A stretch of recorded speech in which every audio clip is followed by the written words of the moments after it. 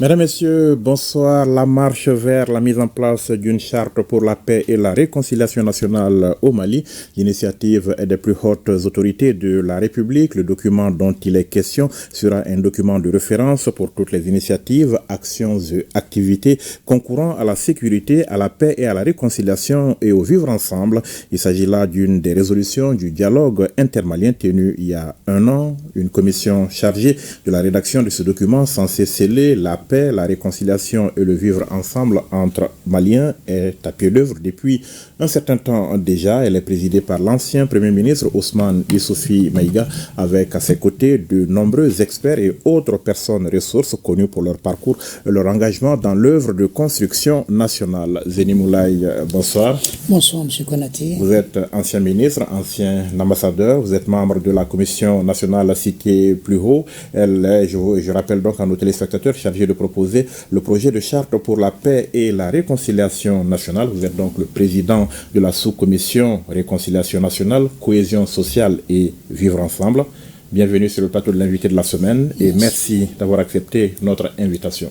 Je vous en prie. Alors, remontons un peu aux origines. Une commission pour rédiger une charte pour la paix et la réconciliation nationale. La démarche est sans doute inédite, mais qu'est-ce qui fait à vos yeux sa particularité, son originalité, on va dire? Alors, il faut contextualiser tout cela. Vous vous souviendrez que nous avons eu, depuis 2012 en particulier, mais en réalité, les crises, les conflits, les litiges, disons, qui déchirent le tissu social national, disons, remontent à très longtemps dans notre pays, depuis plusieurs dizaines d'années. Mais à partir de 2012, nous avons eu une crise qu'on a dit multidimensionnelle, celle-là, disons, la plus grave que nous ayons eue depuis l'indépendance. Et à la suite, disons, de cette crise-là, des négociations ont été entamées avec certains acteurs, disons, qui sont en particulier à l'origine, disons, de la crise. Je parle, par exemple, disons, de ceux qui avaient des revendications, disons, identitaires. Et nous sommes allés, disons, à Alger, d'abord à Ouagadougou, puis à Alger, pour négocier, disons, la paix avec ces premiers acteurs-là. Nous avons signé un accord qui a été, disons, validé en 2015, mais plusieurs années de suite, 6, 7 ans plus tard, on s'est rendu compte, évidemment, de l'impossibilité, disons, de le mettre en œuvre à cause, en particulier, de l'attitude de certains signataires de cet accord. Et le gouvernement du Mali a décidé souverainement, disons, de rendre caduc cet accord, de le dénoncer le 25 janvier 2024.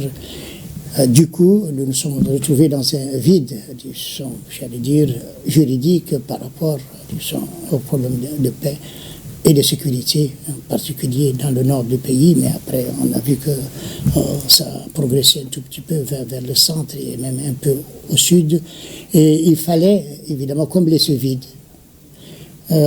L'autre argument, c'est que jusqu'à présent, mettons au moins depuis la rébellion de 1990, le gouvernement a toujours négocié la paix et la sécurité avec une minorité dans le pays, même dans la localité où se trouve cette minorité, elle est encore minoritaire. Et donc, il nous est paru, disons, parfois difficile à concevoir que l'État se mette sur un pied d'égalité, disons, qu'un groupuscule, disons, qui conteste ou qui revendique quelque chose dans le pays. D'où la nécessité, disons, d'élargir l'éventail de la réconciliation, non plus seulement, disons, à ces acteurs avec lesquels on a l'habitude de négocier, mais à l'ensemble du pays, puisque en plus de la rébellion, vous le savez, nous avons un certain nombre, disons, de facteurs qui ont impacté la vie politique, sociale, économique, et donc il fallait en ce moment trouver, disons, un mécanisme ou une plateforme qui puisse prendre en charge, disons, l'ensemble de ces conflits, l'ensemble de ces acteurs et le gouvernement a pensé justement à, disons, concevoir non pas un accord, mais une charte pour la paix et la réconciliation.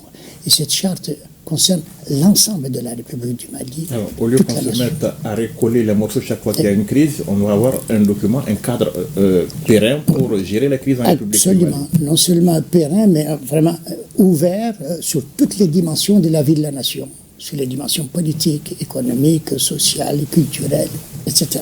J'ai cru comprendre aussi qu'il y a des questions de souveraineté, parce qu'on a souvent négocié, vous l'avez dit, avec des minorités, mais sous l'égide d'une communauté internationale qui ne prend pas forcément en compte les intérêts du pays. Et c'est un des constats, disons, du gouvernement qui l'a signalé dans le communiqué dénonçant, disons, cet accord. Il est prouvé aujourd'hui, M. Konaté, disons, il s'est documenté que ces acteurs-là sont pour la plupart sont des acteurs qui étaient soutenus par des puissances extérieures, évidemment. Et il est évident que pour des questions de souveraineté, il est inconcevable que nous continuions évidemment à être, disons, sur la même plate-bande, disons, que des gens qui travaillent pour l'extérieur contre l'intérêt, disons, du peuple malien. Alors, on se rappelle, le lancement officiel des travaux de la commission a eu lieu en janvier dernier, si je ne m'abuse. À la date d'aujourd'hui, à quel niveau du parcours est-ce que vous êtes? Nous avons pratiquement achevé de rédiger la charte.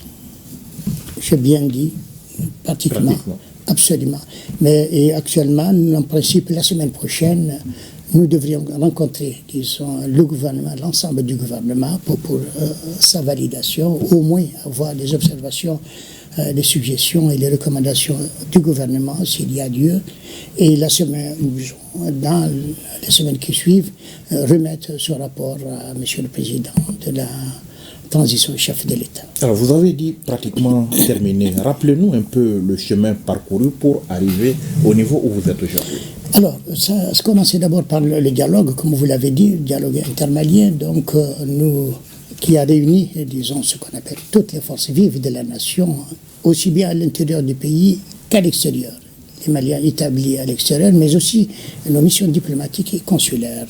Tout ce monde a participé, disons, à ce dialogue.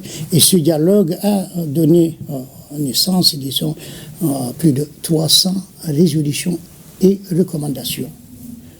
Une des résolutions du dialogue était de rédiger une charte pour la paix et la réconciliation nationale. C'est à cet effet que le président de la transition a mis en place cette commission qui a commencé en réalité l'année dernière au mois de février pour rédiger un avant-projet. Entre le mois de février et le mois de mai 2024, nous avons rédigé l'avant-projet que nous avons remis à M. le Président.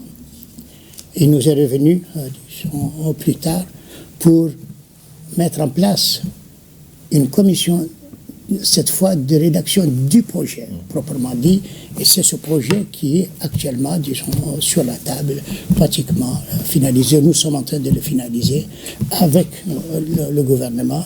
Nous le soumettrons à l'appréciation de M. le Président et nous reviendrons encore pour pratiquement le valider en consultation avec les forces vives de la nation. Alors, Monsieur le ministre, pour faire la paix donc et la réconciliation nationale, il faut déjà réussir à mettre tout le monde ensemble. D'aucuns reprochent un peu à votre processus, au processus que vous conduisez, un certain manque d'inclusivité, absence des partis politiques autour de la table, absence des groupes armés. Ce n'est pas des critiques nouvelles, je sais que vous les avez entendues. Est-ce qu'elles sont recevables pour vous, ces critiques? Écoutez, je connais quand on fait ce genre de travail, on part sur la base des principes.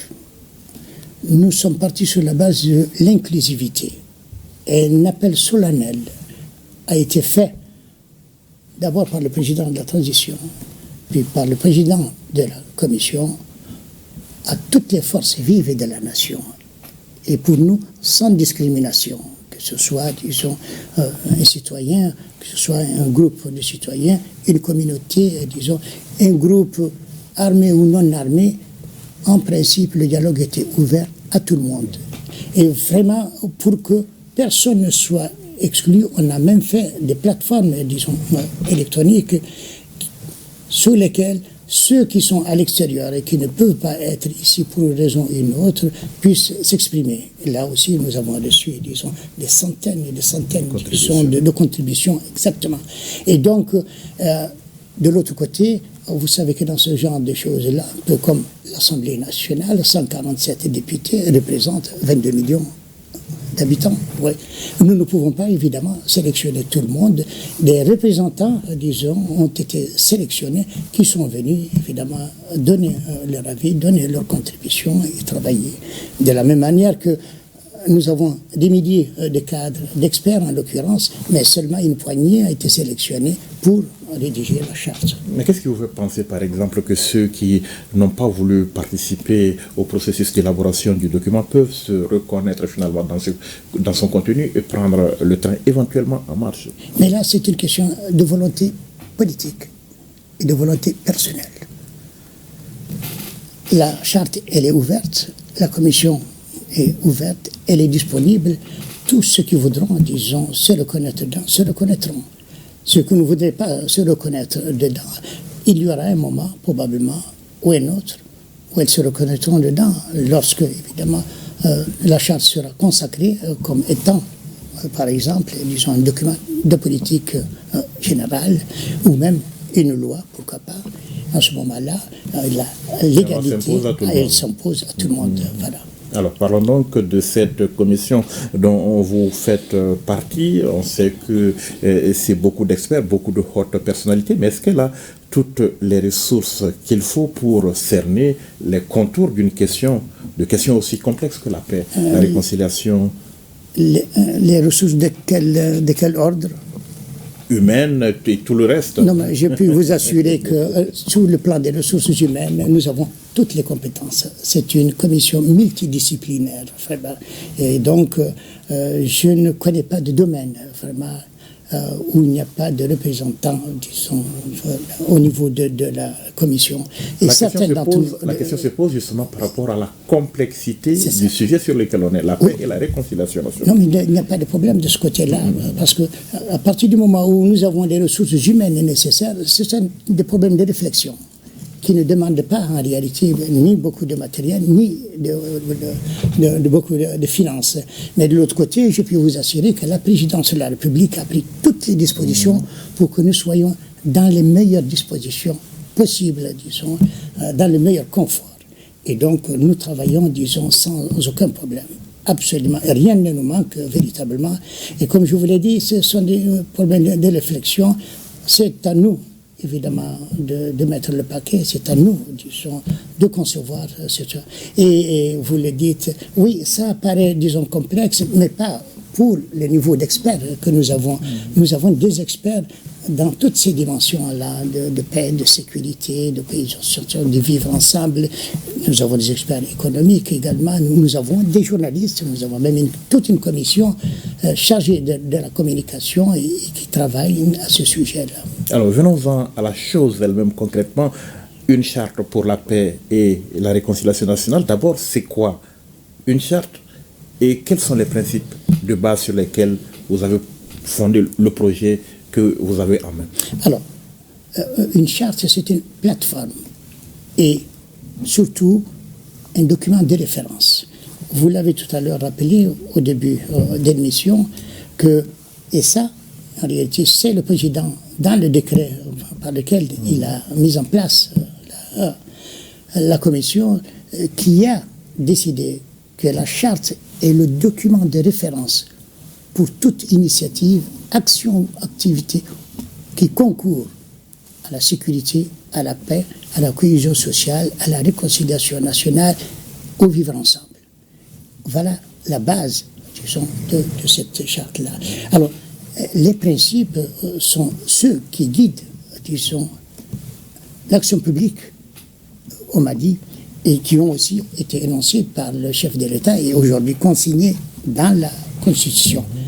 En dehors de ces trois principes que vous connaissez et qui sont souvent cités, il y a les principes généraux, disons, d'un État démocratique, juste, équitable, disons, et surtout la recherche d'une gouvernance vertueuse. Et donc, la charte, elle est faite aussi pour la moralisation de la vie publique. Parce que de ce côté-là également, nous avons malheureusement perdu dans ce pays-là énormément de valeurs morales, éthiques, qui permettent véritablement d'asseoir, disons, la construction d'un État démocratique juste, équitable. Et là, justement, parmi les thématiques que nous avons traitées, il y en a une extrêmement intéressante que nous avons appelée les valeurs partagées. C'est un certain nombre de valeurs qui sont disséminées dans les différentes aires socioculturelles des pays et qui ont toujours permis, disons, à la société de vivre, disons, en harmonie. Nous les avons ramenés en surface, nous les avons toilettés, et là, nous en avons fait, disons, des éléments de référence. Je parle, par exemple, de l'amour du travail, de la conscience professionnelle, de l'honneur, de la dignité, de la rectitude, de la sincérité, de la vérité, etc. Autant de valeurs, malheureusement, qui, au bout d'un moment, disons, ont commencé, disons, à être oubliées ou s'effriter. Nous les ramenons, disons, en surface. Elles serviront de référence, notamment pour les jeunes générations, mais la charte s'adresse à toute la nation. Alors, si se trouve qu'aujourd'hui nous avons perdu, entre guillemets, ces valeurs, comment est-ce que la charte propose de les ramener? Mais nous les avons définies, nous les avons annoncées, et nous avons fait mieux que ça, c'est que nous avons accolé, disons, à chaque valeur un certain nombre, disons, de proverbes, de dictons, de sentences, disons, qui permettaient auparavant, disons, d'internaliser, d'intérioriser et de retenir, disons, le capital de ces valeurs-là. D'accord. Alors, globalement, le document que vous proposez, qui est en gestation à votre niveau, qui est pratiquement en fin de conception, à quoi est-ce qu'il ressemble? Il ressemble, disons, à un document, disons, j'allais dire, de politique générale, disons, dans lequel il y a d'abord une vision, il y a, disons, des principes, il y a, disons, des objectifs, et puis un certain nombre de thématiques, comme je vous l'ai dit, la thématique sécurité, électricité, la thématique paix, la cohésion sociale, le vivre ensemble. Et puis, il y a également, disons, par exemple, une thématique extrêmement intéressante pour notre jeunesse, c'est le chômage et l'emploi des jeunes. Vous voyez. Donc, toutes ces thématiques-là, il y a 5 grandes thématiques qui ont été traitées, auxquelles on a ajouté aussi de nouvelles thématiques, notamment sur le développement économique et le développement durable. On a ajouté également, disons, les ressources minérales, parce qu'avec tout ce qui se passe actuellement, les incidents sur le site, disons, d'orpaillage, etc., ça nous a amené, disons, à réfléchir, à tenter de revenir sur ces questions-là pour que non seulement on moralise, mais aussi que la sécurité soit assurée, disons, pour tout le monde sur ce site d'orpaillage. Par rapport à toutes ces thématiques, la démarche, c'est quoi? Vous proposez ce qu'il faut faire pour éviter les conflits dans ce domaine? Oui, absolument, tout à fait. Et dans ce cas-là, nous avons aussi fait une innovation, c'est que nous avons recensé l'essentiel de ce qu'on appelle les mécanismes endogènes de prévention, de gestion et de règlement des conflits, qui deviennent maintenant, pour lesquels nous souhaiterions qu'ils soient, disons, les référentiels pour régler les problèmes. Parce que, en vérité, M. Konaté, vous savez que dans ce pays, qui est une vieille nation, nous avons vécu vraiment des moments extraordinaires. Nous avons connu, disons, des ères, disons, de grande beauté, de grande richesse.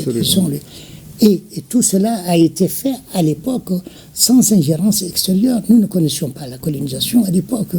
On s'habillait avec notre propre coton quand d'autres n'étaient même pas encore habillés.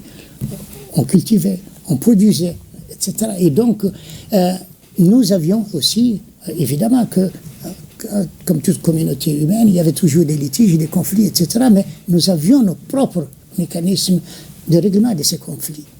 Nous sommes allés les chercher, non seulement les règlements, mais avant le règlement, la prévention. Parce qu'il vaut mieux prévenir que guérir.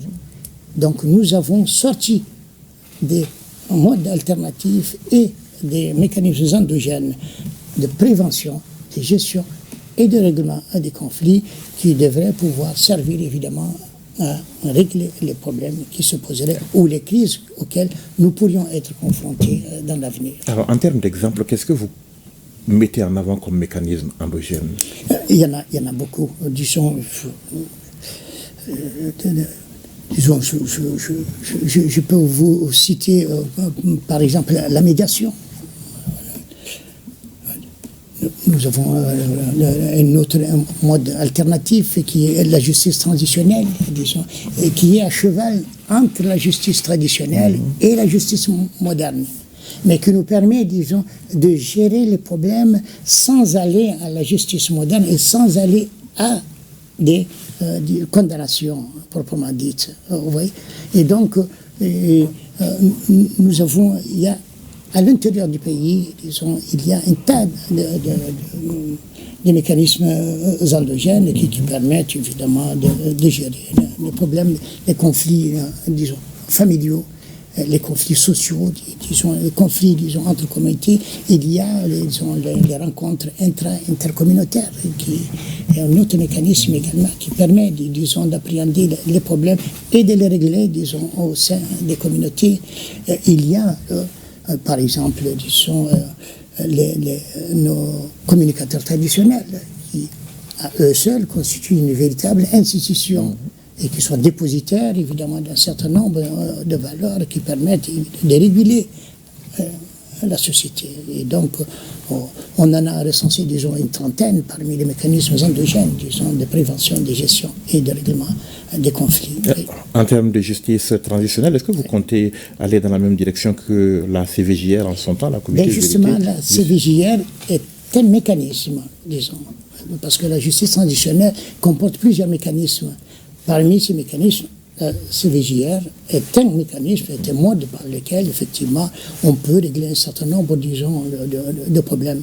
Mais il y a d'autres mécanismes, soit ici au Mali, soit dans le reste de l'Afrique, qui nous permettent, évidemment, de gérer un certain nombre de problèmes sans aller forcément dans les condamnations, ni, disons, dans les termes, disons, vindicatifs, disons, qui pourraient mener loin, disons, un conflit ou un litige. Alors, Monsieur le ministre, il y a ces questions qui, dans le temps, semblaient embarrasser un peu votre commission. Le président de la commission en parlait, des questions comme l'instauration de la stabilité politique par les mesures de décrispation du climat politique, l'organisation du retour à l'ordre constitutionnel, le respect des libertés individuelles et collectives, donc des préoccupations quand même qui ont été évoquées, en tout cas devant votre commission. Qu'est-ce que vous avez trouvé comme solution? Nous avons entendu, évidemment, nous avons reçu aussi des contributions dans ce domaine-là. Mais nous avons toujours prôné, au niveau de la Commission, l'apaisement du climat politique, économique et social. Et dans ce cadre-là, des propositions, disons, ont été formulées. D'abord, des contributions nous sont venues que nous avons conçues sous forme de propositions et qui seront remis par notre président acquis de droit. Mais nous n'avons absolument éludé aucune question, disons, et donc nous avons tenu compte évidemment de toutes les contributions, de toutes les récriminations, etc. La charte prendra en compte, en tout cas pas forcément la charte, mais les documents que vous transmettrez aux autorités prendront en compte l'ensemble des préoccupations qui ont été évoquées devant votre commission. Obligatoirement, absolument. Et ça, je peux vous assurer que dans la grande transparence, disons, et avec le plus grand courage, il n'y a pas de ce côté-là, il y a une unanimité au niveau de la commission pour que tout ce qui nous est parvenu parvienne aux autorités. Mais déjà, vous auriez constaté que chaque fois que le président de la commission a rencontré les hautes autorités, en particulier les membres du gouvernement ou le président de la transition, il a toujours évoqué ces questions, disons, soit directement, soit en off. Alors, Zeni Moulay, le grand débat du moment, actualité oblige, c'est cette dissolution des partis politiques et le chantier, on va dire, de l'élaboration d'une nouvelle charte des partis politiques. Est-ce que votre commission est à l'origine de cette démarche, puisqu'on parle de charte d'un côté et de l'autre? Ah oui, pas du tout. Et là, je dois être clair, et je vous remercie d'avoir posé cette question, parce qu'elle se pose, disons, en ville. Il y a une distinction nette à faire entre la charte pour la paix et la réconciliation nationale et la charte des partis politiques. La charte des partis politiques, sa révision dépend des partis politiques et du gouvernement. Ça n'a aucun rapport. Et nous n'avons jamais été mêlés, disons, à cette question-là, même si nous sommes tous réunis au CICB, disons, nous étions réunis tous au CICB le jour où il y a eu évidemment la rencontre avec les forces vives et où, disons, on a entendu les décisions qu'on a entendues. Mais ces décisions-là ne relèvent pas de la Commission pour la paix et la réconciliation nationale. Elles relèvent de notre niveau. Mais vous ne pouvez pas, j'imagine, être insensible à ces questions. Que pensez-vous au niveau de la Commission de cet acte posé par les autorités qui, semble-t-il, crispe un peu plus Justement, vous parlez de crisper. Justement, nous, notre rôle, c'est précisément de proposer des idées, de proposer, de faire des suggestions dans le cadre de la décrispation, comme je vous l'ai dit tout à l'heure, du climat politique, économique et social. Et donc, notre devoir, nous le ferons, évidemment, mais je reviens encore pour vous dire que ces questions, disons, de la charte des partis politiques et les décisions qui ont été prises ne relèvent pas de notre commission. Nous n'avons jamais été saisis à ce sujet. Et vous n'entendez pas vous mêler de ce débat ambiant? On ne peut pas être insensible à cela, je vous ai dit, puisque nous allons proposer, justement, des éléments de décrispation, disons, du climat politique, économique et social. Alors, parlons de l'ancrage, on va dire, l'ancrage institutionnel, l'ancrage juridique de ce que vous proposez. Qu'est-ce que vous envisagez comme ancrage? Qu'est-ce que vous allez proposer aux autorités de la transition? Ben ça dépend évidemment du président de la transition, chef de l'État, qui a commandité cette charte. Parce que l'ancrage, disons, institutionnel, en toute logique, devrait se situer au niveau de la présidence, puisque c'est le président de la transition qui a commandé l'étude. Mais rien n'empêche, Monsieur le Président, souverainement, disons, de loger, disons, la mise en œuvre de la charte au niveau de la primature, ou de créer, disons, une structure tout à fait autonome pour gérer le suivi et l'évaluation de la charte. Ça relève vraiment de la discrétion du président. Ça, c'est au niveau institutionnel, niveau... Sur le plan, évidemment, l'ancrage juridique, là également, cela dépendra évidemment de la décision du président qui, nous sommes certains, consultera la Cour constitutionnelle et la Cour suprême pour voir, disons, où on pourrait situer dans le bloc de constitutionnalité la charte. Et donc, c'est une question qui relève évidemment éminemment des compétences du président de la transition. Alors, la mise en œuvre, elle dépendra bien évidemment de l'ancrage, mais qu'est-ce qui sera déterminant d'autre dans cette mise en œuvre, dans la mise en œuvre de cette charte que vous proposez? Alors, il y a les acteurs d'abord. Voilà. Et ces acteurs-là, nous avons pensé que pour mettre en œuvre cette charte, il faut qu'il y ait la contribution, disons, de l'ensemble, non seulement de forces vives, même de l'État. Et donc nous avons dessiné une carte, disons, des acteurs principaux qui devraient pouvoir aider à mettre en œuvre la charte pour la paix et la réconciliation nationale. Et cette liste va de l'État lui-même en tant que sujet de droit. Et qui doit veiller évidemment à la mise en œuvre de l'État aux citoyens, en passant par exemple par le gouvernement, par les collectivités territoriales, par les fêtières de la presse, votre domaine, vous voyez. Donc il y a un tas d'acteurs, disons, il y en a une douzaine que nous avons cités qui vont de l'État, disons, aux citoyens, et nous pensons que c'est un travail qui est à la fois individuel et collectif.